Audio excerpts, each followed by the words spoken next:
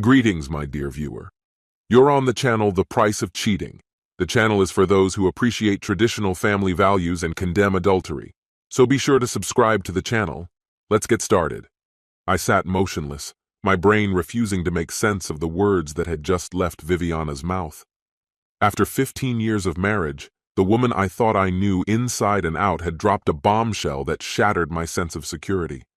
Her suggestion hung in the air, suffocating and surreal. She wanted to spend a week sleeping with other men. My thoughts spiraled, unable to find a foothold. How could the woman who had shared my bed, my life, and my dreams even consider such a degrading proposal? "I mean it, Matthew," she said again, her tone unsettlingly steady, as if she were casually discussing a change in our vacation plans. I couldn't bring myself to respond. Fury roared within me, a wild beast clawing to be released, but years of restraint kept it caged. I sat there, paralyzed, desperately clinging to the hope that I had misunderstood her. Maybe she was joking. Maybe this was some bizarre test of my character. But deep down, I knew there was no jest in her words. This wasn't a misunderstanding. It was a deliberate, cold-blooded proposition. The seeds of this moment had been sown days earlier, at a backyard barbecue hosted by our friends Jim and Linda. What had started as a simple, carefree gathering took a turn I could never have anticipated. The evening began innocently enough. The savory aroma of burgers on the grill mingled with the sound of clinking beer bottles and cheerful chatter. As the night wore on and the drinks flowed more freely, someone suggested a game of truth or dare. Normally, I wouldn't participate in such silliness, but I went along for the sake of the group. It all seemed harmless, until Linda turned to her friend Melissa with a sly grin and asked, "So, how's the whole cuckold thing going with you and Kevin?" I almost choked on my drink. Cuckold? Surely I'd misheard. My mind raced as Melissa responded with unnerving nonchalance. "Oh, it's been amazing," she said, her tone light and casual. "Kevin's totally into it, and we've never been closer." I exchanged incredulous glances with a few others, but to my surprise, some of the women nodded in agreement, as if this were a perfectly reasonable topic of conversation. My stomach turned as I glanced at Viviana, expecting her to share my disbelief. But she didn't. Instead, she calmly sipped her wine, her face betraying no trace of shock. Jim leaned toward me, his smirk widening. "What about you, Matthew? Ever thought about something like that?" "Thought about what?"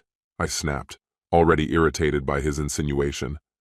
"Letting Viviana have a little freedom," he said with a chuckle, as if he were revealing some grand secret of happiness. I shook my head vehemently. "Not a chance," I replied, my voice sharp. But the seed had been planted, a tiny, insidious thought that I dismissed too easily. I didn't realize then how quickly it would take root. The proposal. In the days following the barbecue, something shifted between Viviana and me. We shared a week of unexpected passion and intimacy, reminiscent of the early days of our relationship. I thought it was a rekindling of our bond, a sign of a fresh start. But my hopes were dashed when Viviana revealed the true reason behind her newfound intensity. We were sitting together on the couch after dinner when she turned to me with an almost childlike smile. "Matthew, can we talk?" she asked sweetly. "Of course," I replied, still basking in the glow of our recent closeness. "You know I love you, right?" she began, her voice soft and deliberate. "Yes," I said, though a faint sense of unease began to creep in. "I've been thinking," she continued, leaning in slightly, her tone dripping with artificial warmth. "There's something I'd like to try, something that could bring us even closer."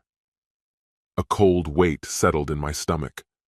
"What are you talking about?" I asked warily. She hesitated for a moment, then spoke with a sweetness that felt almost mocking. "I want to sleep with other men for a week." Her words hit me like a physical blow. It wasn't just shocking. It was an unthinkable betrayal, delivered with a disturbingly casual air. "Absolutely not," I said firmly, my voice shaking with anger. Viviana's lips pursed into a pout, her eyes wide and imploring. "Oh, don't be like that, Matthew. It's not about not loving you. It's about trying something new. This could actually make us stronger." "Stronger?" I snapped.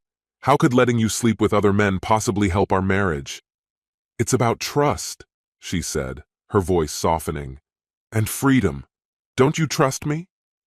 My laugh was bitter. Clearly I shouldn't. No woman who loves her husband would suggest something like this. For a moment, something cold flickered in her eyes.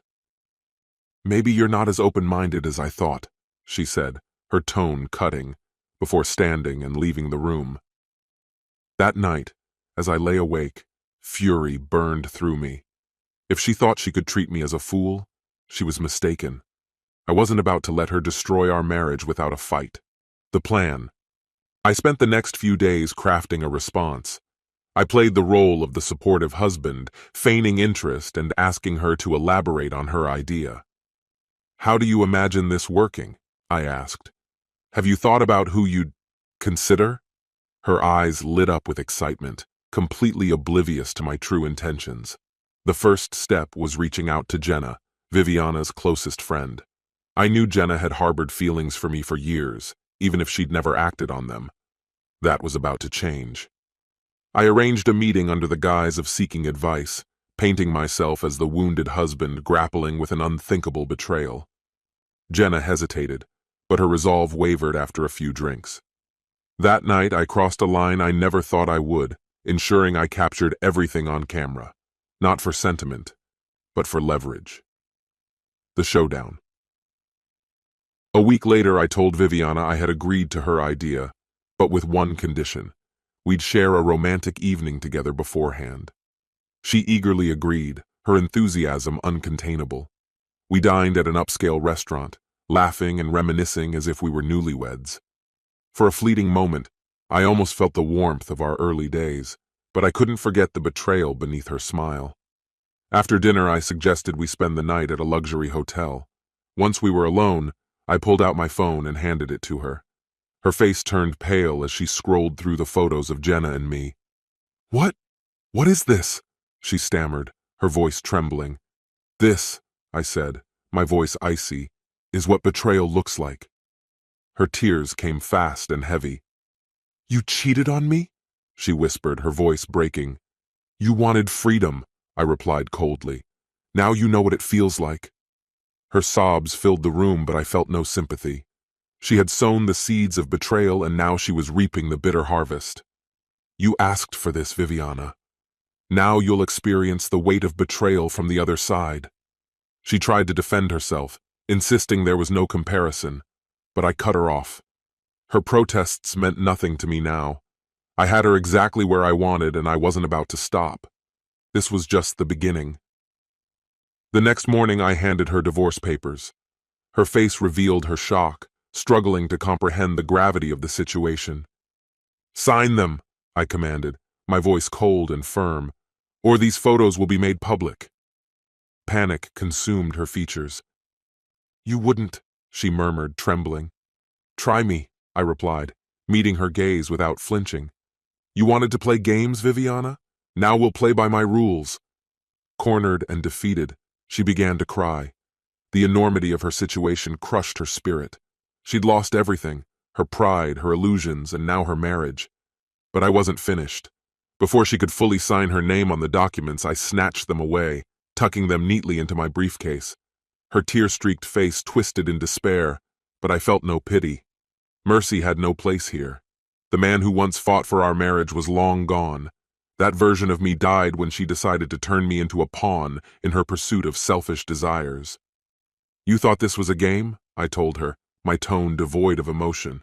But you ignored the most basic truth. Actions have consequences. She opened her mouth to respond, but no words came. I watched her crumble. A strange mixture of satisfaction and disgust filled me as I saw how easily she had destroyed the life we'd built together. Matthew, please, she finally whispered, her voice cracking. We don't have to do this. I made a mistake. I see that now. A mistake? I shot back. Calling it that is an insult to every mistake ever made. You didn't just stumble, Viviana. You planned to dismantle our marriage for some delusional fantasy. You thought I'd sit back while you indulged in other men. Now, faced with the fallout, you want forgiveness? Her head shook as she sobbed. I wasn't thinking clearly. I thought we needed something different. Different? I spat. What we needed was trust, loyalty, and respect. But you threw all of that away for what? A fleeting thrill? A week of gratification? Was it worth it? Her cries filled the room, but my sympathy was dead. All I saw was a woman who had shattered our bond beyond repair. My revenge wasn't limited to ending our relationship. It was calculated, thorough, and designed to leave no room for recovery. Viviana thought tears and apologies could undo the damage, but she had no idea the lengths I'd gone to ensure her downfall. For years, she'd relied on me financially. Since leaving her job 2 years ago to focus on herself, I'd provided everything. Yet she never took the time to understand our finances, assuming divorce would entitle her to half of everything. What she didn't realize was that I'd already taken steps to protect myself. The house, solely mine. The car, in my name. Our savings, locked in trusts she couldn't touch. With the help of a relentless lawyer, I'd ensured she would walk away with nothing. As she sat on the hotel bed, broken and weeping, I delivered the final blow. "Do you even realize what you've done to yourself?" I asked, towering over her. "What do you mean?" she whispered, her voice barely audible. "You're leaving this marriage with nothing," I stated bluntly. "No house, no car, and not a single cent from our savings." Her face turned ghostly white. "But we're married. I'm entitled to half." I smiled coldly. "You would be if you understood our finances, but everything's under my name. Every single thing." Panic overtook her. "No, that's not possible." "It's already done," I replied. Desperation flashed in her eyes as she stood. "I'll fight this. I'll get a lawyer." "Go ahead," I said indifferently. "Without money, good luck finding one. Even if you do, I'll bury you in legal fees before you see a dime." Her lips quivered as she tried to argue, but I silenced her. "You wanted freedom? Here it is. You're free of me, free of this marriage, and free of everything you once valued." Her knees buckled, and she collapsed back onto the bed, overcome by the weight of her choices. But I wasn't done. Viviana had built her identity on her image, the perfect wife, the accomplished woman who had it all.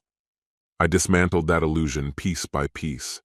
I compiled a damning video with photos of me and another woman, alongside recordings of Viviana's confessions about wanting other men. I sent it to everyone in our inner circle. Her phone erupted with calls and messages as she sat in shock, reading the fallout. "What have you done?" she whispered. "The truth," I replied. "The truth you were so eager to embrace. Now everyone knows who you really are."